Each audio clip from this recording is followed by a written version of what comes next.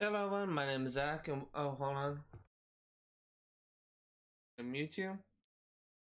And welcome to another Writer's Analysis stream. We're going to be analyzing the character Alec Lowe from my first published book, Dim Shadow of Spade. Alec Lowe, let's first actually go over what he was like when I first started this series. He actually changed a lot from where he was at the beginning to where he is now. Initial protest of my story, Alec Lowe, who you can read about here in this outdated blurb that is no longer accurate. Let me just go ahead and make sure you can read that. That's small. Go ahead and bring that up a bit. This text blurb is no longer accurate, so you can't. So most of this stuff isn't really as up to date. But you can just see like what he was like before, like in the prototypes of the story, in comparison to what he is now. But anyway, Alec Lowe in the beginning, I initially wanted him to be designed as a Wild West sheriff of all things. I thought that just having him be a sheriff in Old West, just having Wild West, have him just kind of live his life hunting down bandits and lawbreakers, all this kind of stuff. I thought that'd be kind of like a cool concept for a character. But unfortunately, I didn't understand that writing a character who was from the Wild West is a very, very hard thing to do. I tried to watch a few westerns so you get an understanding of how people speak. I watched the western The Outlaw Josie Wales, which I think is a Clint Eastwood movie. I could be wrong.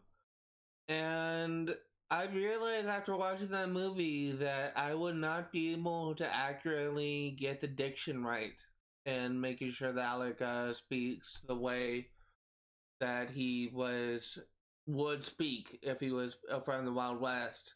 I somewhere, either in my room or somewhere in my house, there is a notebook that has a first draft of Alec Lowe speaking as a cowboy, speaking as a Wild West sheriff. And honestly,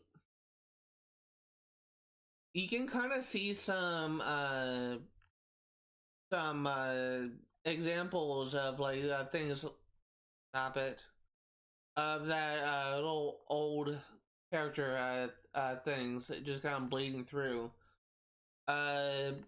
Alec Lowe's design of him wearing some form of a purple and black outfit, either a purple vest with a black shirt, black slacks. That's kind of like an attire that is common for the Wild West.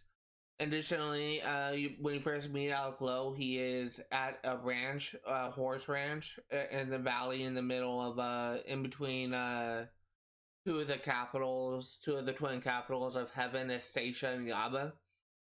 This is something that I realized I forgot to talk about in the previous video, but Heaven does have two capitals as a reference to the two nations that was initially present in Heaven in the prototypes of the story before I kind of changed things up. I still like the idea of having two capitals, so I just left it with two capitals. But yeah, Alec living in a ranch was meant to be like a callback to it was kind of left over from his initial design as a cowboy, because cowboys live on ranches. And there's like a lot of things from his character and personality that is kind of like a holdover. That's just kind of left over from his uh, his initial design of my story.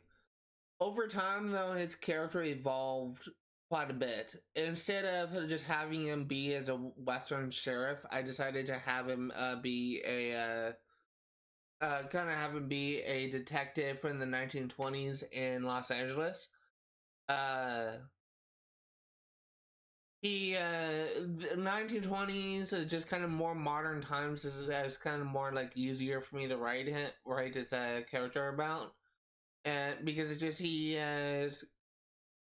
doesn't really like use slings like Woody Kindly and all this kind of stuff that I was kind of struggling with writing in the initial drafts. So he's much more easier to write for me. So that's why I just kind of had him just kind of use some of those, kind of modernize him a bit. In addition to that, he is the first time you see him in this story. He is kind of proud and slightly arrogant of his abilities. He was a he is known as a prodigy from his peers, and from what people told him that he excelled at doing these abilities, so he believed that he was the best in the field. And one of his main one of his main like journeys that he has to go through is he has to realize that he is not as strong and powerful as he was led to believe, and that there's always something to improve. Alec Lowe is essentially the personification of the three main themes of my story. The importance of having a family. Alec is having the importance of family. Alec Lowe is motivated by reuniting his family. His son had been lost. He when his son died, he didn't appear in either heaven or hell, and he just kind of disappeared. And he tried to Alec tried to like go to the authorities in heaven to try and like get people to look into it. But every single time he filed a case, the case was dropped, and this kind of caused him like distress within his own family. And one of the main motivations for him going out on this journey to go after the antagonist Spade in my book was because of his son's loss. So, like, his character, his entire journey is essentially is partially based on the one of the themes of my story, the importance of family. In addition to that, his story is also based on the other two themes, the importance of self-improvement and the importance of having and pursuing dreams. You can kind of see, uh, you can kind of see the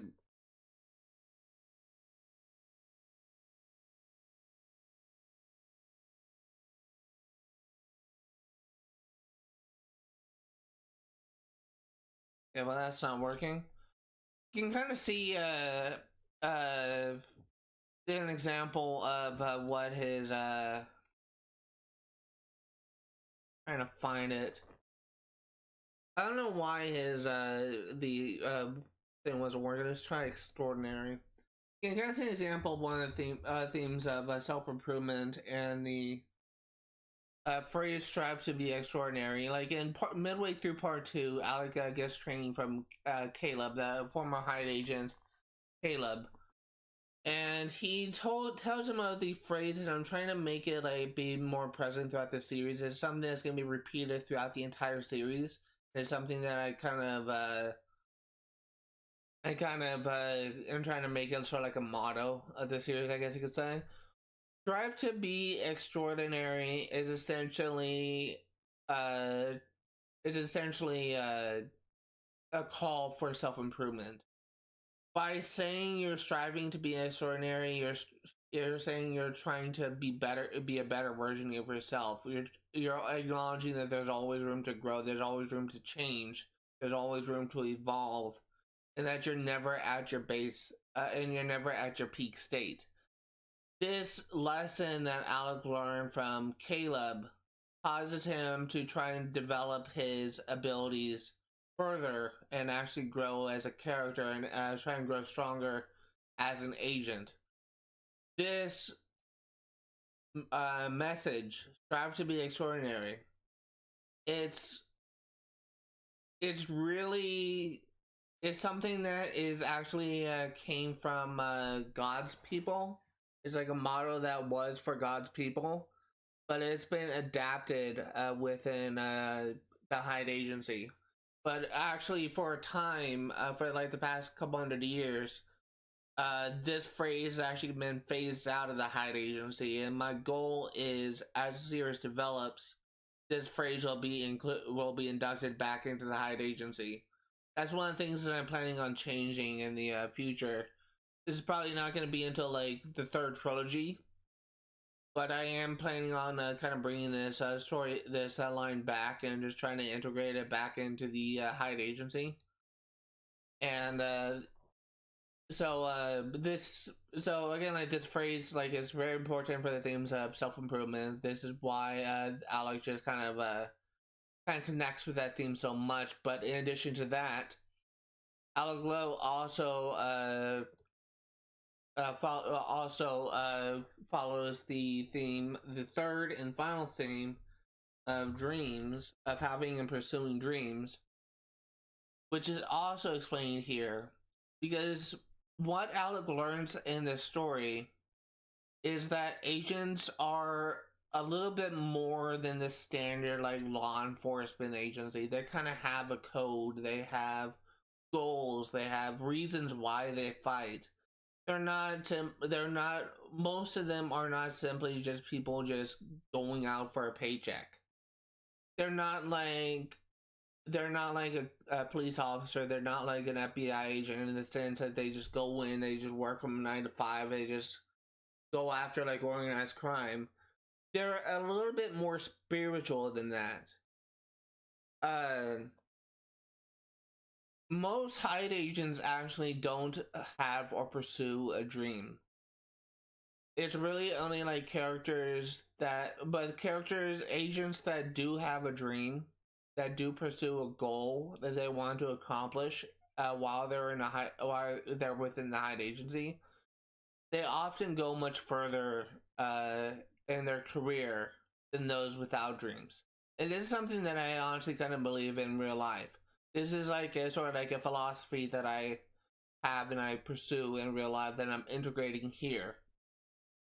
People in real life, uh, people that have and pursue a dream, a goal, they can go further in life than those that are just kind of going by essentially just going with the flow. I am personally motivated towards getting working in a career in the gaming industry. I would love to be a writer within the gaming industry. That is my dream, and that is what I'm working towards right now. So, because I have a dream to work on that, I probably will go a lot further than those who are just wanting to apply in the gaming industry just to get a job, just to get a paycheck. I don't really care. I honestly don't really care if I just go in and I just intern at as a writer, or I just work as a script writer or something, where I'm just not really like doing anything in regards to like changing, like designing the overall story. So long as I can get a job where I'm contributing to some form of writing within the gaming industry, then I'll be content. Most people, when they go for a job, they are motivated by financial gains. They're motivated by uh what's the word? They want to scale the ladder. They want to make more and more money. Money has never been something that I have been personally interested in. Like, it's always been the career that I think that I would enjoy the most in life. Working as a scriptwriter, or working as any sort of career within the gaming industry where I can write the storylines, that's a career where I think I would enjoy myself the most. And I think that's honestly something that I would recommend for anyone. It's kind of like, I don't think this would be healthy for you to be working in a job that you outright despise, that you are not enjoying yourself with. I think it's actually important for you to be working at a job that you actually enjoy, that you actually have good relationship with the people you work with. And I think that just having those type of goals, those type of goals for your career, those type of situations for your career, would actually help you go a lot further than those that are just looking for a paycheck. Money is nice, but it's never about money for me. So that's kind of like my whole like thing about the whole concept of dreams and stuff, and I just kind of went off on a little tangent as well. But Alex, the theme of having and pursuing dreams that Alec has to learn about in this section, in addition to learning about self improvement, These three themes are all core themes in the first trilogy. Every single character, with an exception of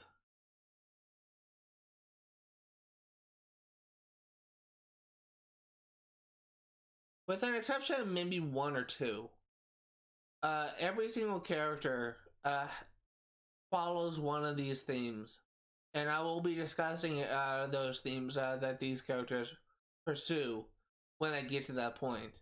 The only exception to that is the character of God, who is going to be present in all 13 books, and he's going to be his motivations is going to change. His goals are his character is going to change through each trilogy. This first trilogy, he is kind of like going. He's kind of like going for like a different things. He's kind of like, to avoid like getting into off topic, because I'm going to be talking about God more in depth in the next video. God will be following one of the one of the themes, and he's also following another theme, which is later on. And actually, he's kind of following all three themes. I'm thinking about it. All three themes of the first three trilogies. All three of the main themes in the first three trilogies. So God is being kind of written like very differently, and you will kind of see like how he's being written, how his character develops as the series progresses. But anyway, but going back to the topic of Alec, he, throughout his journey in this book, he is someone that was very cocky and arrogant, and he believed that he was the top of his field. He didn't need to like grow or change, and this ended up costing him. He almost got defeated by antagonists twice, and the second time that he almost got defeated, he actually got captured the second time. And that whole experience caused him to realize that he was not as strong as he was led to believe, and that there was still like a lot of things that he didn't actually know, that he didn't actually understand about his time in about the Hyde Agency. And it was really like part two, where when he meets Caleb, that he starts to grow, that he starts to learn, that he starts to improve. And by part three, when the final confrontation with him against the main antagonist Spade, Alec Lowe is kind of puts all of his lessons together and is able to surpass and is able to actually grow in a meaningful way, and is actually able to overcome this antagonist that has kind of got the better of him for the most of the book. He is someone that is driven, that is emotionally driven. He is someone that is motivated towards accomplishing his dreams, his goals, and he is someone that is capable of changing. And what's kind of interesting about Alec Lowe is, again, like, he wasn't always this way. And when I first started designing this character, he was actually designed to be a character that that was a prodigy through and through, that was the best in the field. And this is not just like, this was before I had drafted the concept of part two, before I had like drafted the outline of part two of this book. There was no Caleb at this point. Alec did not receive any formal training in part two. He did not receive any training in Purgatory. He was the best of his field, and he was kind of treated as sort of like the king, essentially. But by the time that I realized that this was kind of like a flawed character design, I was maybe 6 chapters in when I kind of hit a wall in writing this book. And at the time, I just transferred into Chico State for my bachelor's thing, and I tried to write my book every now and then whenever I had time, but I didn't really have a chance to revise anything until after my time in grad school. The first grad school was quite possibly like the best thing that ever happened to me because of what I was able to gain since then. The first time I showed Alec Lowe, to my class in a workshop, creative writing workshop class, uh, someone in my class, I cannot remember his name, but if you're watching this, man, if you know who you are when you spoke out about this, when you told me about this, I still think about what you said. I still think about what you said every day. So if you're watching this, if you know who you are, if you know that you're the one that said this thing to me when I was in creative writing workshop, I appreciate you. I still think about you. Your words have really just kind of caused me to completely overhaul Alec's character. But anyway, when I first showed Alec's character, one of my classmates said that he didn't really seem that interesting of a character because he was someone that was so powerful and so broken that he just never loses. And that just kind of caused me to completely like see these characters were completely different things, a completely different way. Like, for example, is one of the things that I changed, that I had to change because of this, was Alec Lowe's use of the power of light. Flow. Flow is an ability that when a hide agent uses it, he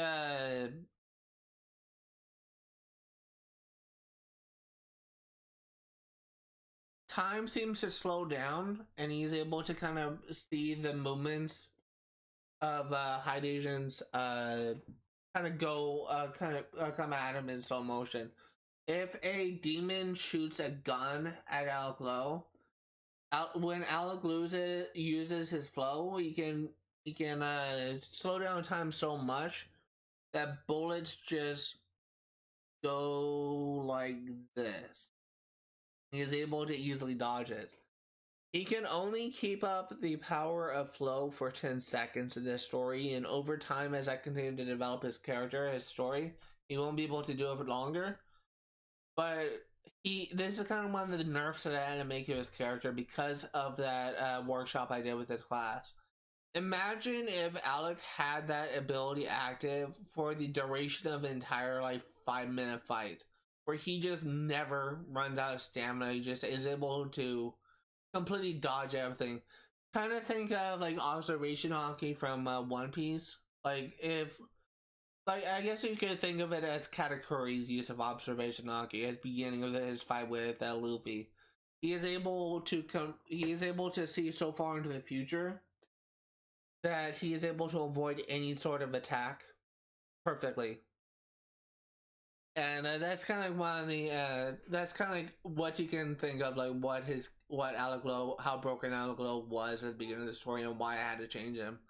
And it's honestly a good change, because by making Alec Lowe weaker, he's kind of became more likable as well. So that's one of the things I really do appreciate about my time in grad school. I really I kind of have a habit when I'm writing fan fiction where I kind of make a character too powerful, and it becomes like less interesting to me. It becomes more harder for me to write because I'm making a character that I feel that I can acknowledge is not a character that I can like for a certain period of time, because they're so powerful. They get to be so powerful. They get to be so broken, and I eventually kind of drop those characters.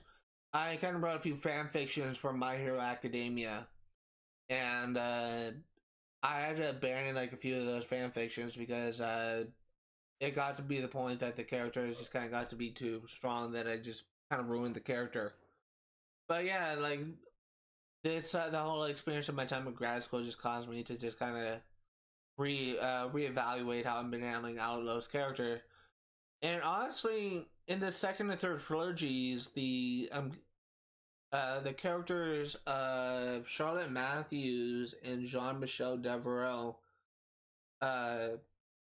they're gonna be characters that are labeled as the best of their field. Charlotte Matthews is an S-class agent, which is the second highest ranking of a Hyde agency, and Jean Michel Devereaux, a French Templar, is labeled as a soldier of God who is the best of the field of the Hyde agency.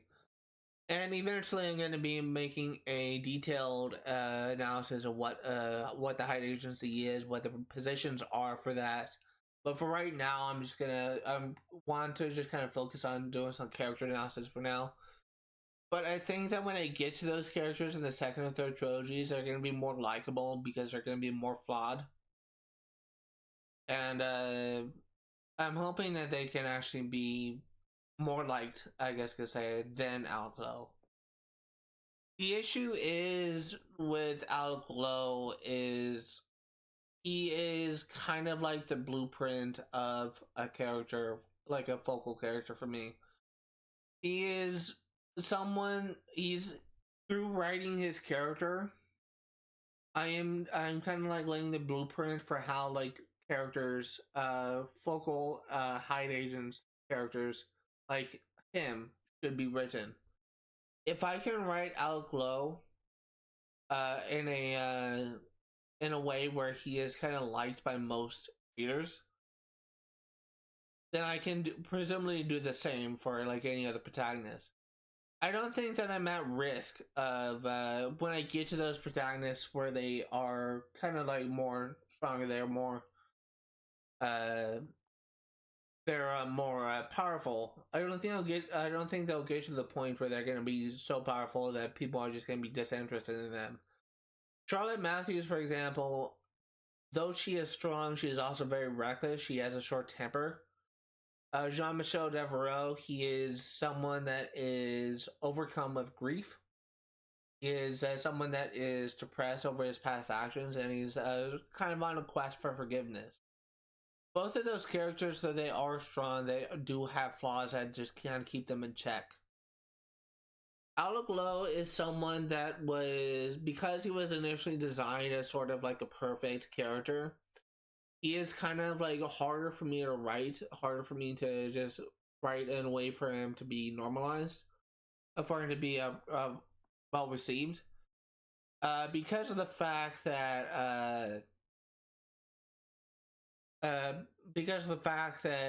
a lot of Alec Lowe's old traits are still shining. He's still like proud. He's still arrogant, but he is someone that is that will change and will grow over time.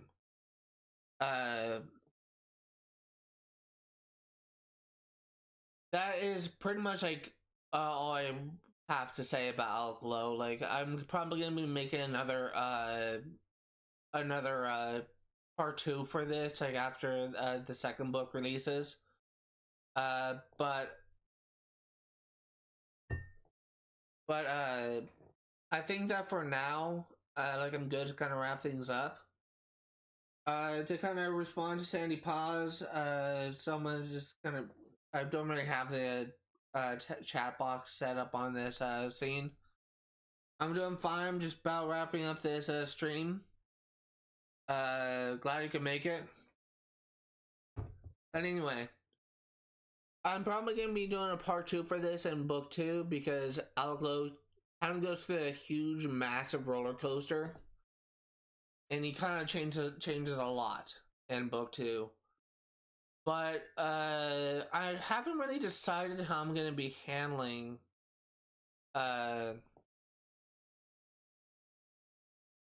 Tuesday. It's not Taco Tuesday. It's Wednesday. I haven't really decided how I'm gonna be handling the second thing. I don't know if I'm gonna be rehashing a lot of the older covers information, or if I'm gonna be kind of going over the new content only. But I guess that's something I'm gonna have to decide over time. But yeah, that's gonna do it for discussing Alec Lowe. Next Wednesday, I will be analyzing the character of God, and God is a very interesting character. He is kind of a very flawed character as well. But if you are remotely listening to today, all the games I cover on my channel will be played for 100% completion. I'm going to be streaming Far Cry 4 for 100% completion on Fridays, 1 p.m. to 5 Pacific Standard Time. I'm going to be streaming Just Cause 1 for 100% completion on Saturdays, 1 p.m. to 5 Pacific Standard Time. And I'm going to be streaming Borderlands 3 for 100% completion on Sundays, 1 p.m. to 5 Pacific Standard Time. In addition to that, on Tuesdays through Thursdays, I'm going to be hosting streams focusing on my writing. Tuesdays and Thursdays, I'm going to be hosting writers' workshops. I'm going to be live streaming myself, working on my next book. Wednesdays is going to be my writer's analysis streams.